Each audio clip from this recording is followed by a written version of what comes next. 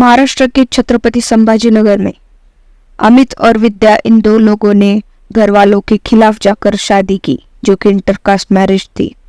फिर विद्या के घर वालों ने अमित को मार दिया। ये केस है महाराष्ट्र से। दूसरी केस है चेन्नई तमिलनाडु से, जहाँ ये दलित लड़का है और उसने इंटरकास्ट मैरिज किया, फिर उस लड़के को मार दिया गया। उसके बाद उस लड़के ने सुसाइड कर ली। तीसरी घटना है हरियाणा से, जो दलित लड़का है उसने गुज्जर विमेन से शादी की और फिर उस लड़की के घर वालों ने उस लड़की को ही मार दिया। ऑनर किलिंग इंडिया में ही नहीं बल्कि पूरे विश्व में प्रिवेलेंट है, खासकर मिडिल ईस्ट, अफ्रीका और साउथ एशिया में। साउथ एशिया में हमारा इंडिया भी पड़ता है। तो चलिए देख लेते हैं ऑनर किलिंग के बारे में। ऑनर किलिंग तब होती है जब किसी फैमिली को लगता है कि घर के किसी सदस्य ने घर की इज्जत उछाल दी या फिर डिसऑनर आया उस फैमिली में किसी के एक एक्ट से। जैसे कि इस केस में अगर हम देखें, अगर इंटरकास्ट मैरिज किया तो वो भी एक डिसऑनर माना जाता है। तो उस केस में किए जाने वाले या फिर होने वाले किलिंग को ऑनर किलिंग कहते हैं। कुछ डेटा अगर हम देखें तो सबसे ज़्यादा परसेंटेज ऑनर किलिंग का 25% है होमोसेक्सुअल एक्ट्स के लिए। होमोसेक्सुअल एक्ट्स यानी दो लड़के या फिर दो लड़के अगर रिलेशनशिप में हैं, अगर वो पता चलता है घर वालों को, तो उस केस में होने वाले किलिंग को होमोसेक्सुअल एक्ट के कारण होने वाली किलिंग कहते हैं। फिर उसके बाद है 25% प्री मैरिटल सेक्स और प्रेगनेंसी। हमारे इंडियन सोसाइटी में प्री मैरिटल सेक्स या फिर प्रेगनेंसी डिसऑनर का ही कारण मानी जाती है और वो प्रिवेलेंट नहीं है। उसके बाद आता है 20% मैरिज आउटसाइड फैमिली नॉर्म्स, मतलब फैमिली के नॉर्म के बाहर जाकर शादी करना, उसके केसेस है 20%। और 9% है मैरी बाय चॉइस, मतलब अगर किसी ने अपने चॉइस के लड़के या फिर लड़की से शादी की तो वो भी एक कारण माना जाता है। मोस्टली ये 4 केसेस है जिसके कारण ऑनर किलिंग इंडिया में सबसे ज़्यादा देखी जाती है, जो कि लगभग 75% है और बाकी सभी मिलाकर 25% है। NCRB के डेटा के अनुसार 10 में से एक मर्डर, मतलब करीबन 10% जो मर्डर्स है वो रोमांस या फिर एक्स्ट्रा मैरिटल अफेयर से प्रेरित हुए हैं। अगर हम देखें 2010 में वो परसेंट 7.3 था, वो 2020 में 10.4% था।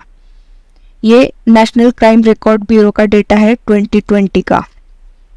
ठीक है, अभी हमने देखा ऑनर किलिंग इंडिया में बहुत ही प्रिवेलेंट है और उसका कुछ डेटा भी देखा, तो जानते हैं उसके रीजंस क्या होते हैं। सबसे प्रोमिनेंट या फिर सबसे प्रिवेलेंट रीजन जो है वो है रिलीजन। अगर इंडियन सोसाइटी में देखा जाए तो कास्ट के बाहर शादी करना अलाउड नहीं होता जनरली, मतलब कास्ट एंडोगैमी प्रिवेलेंट है। कास्ट एंडोगैमी मतलब उस कास्ट के अंदर ही शादी करना, और गोत्र एक्सोगैमी वो भी प्रिवेलेंट है, मतलब गोत्र के बाहर और कास्ट के अंदर शादी करने का यूजुअली सही माना जाता है या फिर हमारे यहाँ पे नॉर्म है। ठीक है, अगर इससे बाहर जाकर कोई शादी करता है इस नॉर्म्स के बाहर तो वो डिसऑनर कहलाया जाता है और उस केसेस में किलिंग हो सकती है, जिसको ऑनर किलिंग हम कह सकते हैं। उसके बाद और क्या रीज़न होते हैं, तो फॉर्मल गवर्नेंस में कमी होना वो भी एक रीज़न है। उसके बाद है खाप पंचायत। खाप पंचायत यानी कि गांव के बड़े बुजुर्ग लोगों की पंचायत बैठना, जहाँ पे वो बैठ के फैसला करते हैं कि कौन सही है या फिर कौन गलत है। मतलब ये कोर्ट ही होता है एक तरह से गांव का, जहाँ पे बड़े बुजुर्ग लोग बैठ के डिसाइड करते हैं और वो जनरली कंजर्वेटिव माइंडसेट के होते हैं। इसकी वजह से जिन लोगों ने या फिर जिस कपल ने इंटरकास्ट मैरिज की है वो उनके फेवर में जजमेंट नहीं देते, उनके खिलाफ ही देते हैं। ठीक है, उसके बाद आता है डिफरेंस इन सेक्स रेशो। अगर 1000 लड़कों के पीछे मान लो 900 लड़कियां ही पैदा हो रही है, तो वो जो 100 लड़के हैं अदर कास्ट की लड़की या फिर अदर स्टेट की लड़की या फिर अदर रिलीजन की लड़की को प्रेफर करेंगे शादी करने के लिए, तो उस केस में भी ऑनर किलिंग देखी जा सकती है। उसके बाद है इलिटरेसी और अनअवेयरनेस। राइट्स के बारे में अनअवेयर होना, ये भी एक कारण हो सकता है।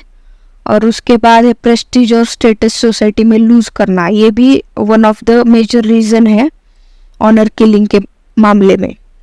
ठीक है, और आगे अगर हम देखें तो जिस कम्युनिटी के लोगों ने या फिर जिस कम्युनिटी के फैमिली ने अगर ऑनर किलिंग की है, तो उस कम्युनिटी के लोगों को ऐसा नहीं लगता कि उन्होंने कुछ गलत किया है।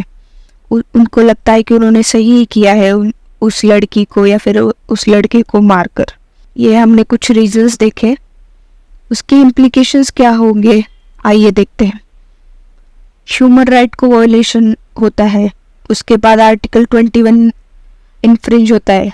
आर्टिकल 21 जो कि राइट टू लाइफ है वो इन्फ्रिंज होता है। उसके बाद क्राइसिस ऑफ क्रेडिबिलिटी, मतलब पुलिस सिस्टम, जुडिशियल सिस्टम या फिर गवर्नमेंट मशीनरी पे विश्वास ना रहना। उसके बाद राइट टू चूज लूज करते हैं लोग स्ट्रेस, फियर, ट्रॉमा में आके। उसके बाद नेशनल इंटीग्रेशन पे भी उसका इम्पैक्ट हो सकता है और वो पीस और ट्रैंक्विलिटी को हैम्पर कर सकता है। लेजिस्लेशन में अगर हम देखें तो गवर्नमेंट ने एक लॉ पास किया है, prevention of crimes in the name of honour and tradition bill 2010। इस बिल के अंडर ऑनर किलिंग को गुनाह माना गया है और आपको सज़ा भी हो सकती है। अगर आपको ये वीडियो अच्छा लगा तो प्लीज़ लाइक एंड सब्सक्राइब।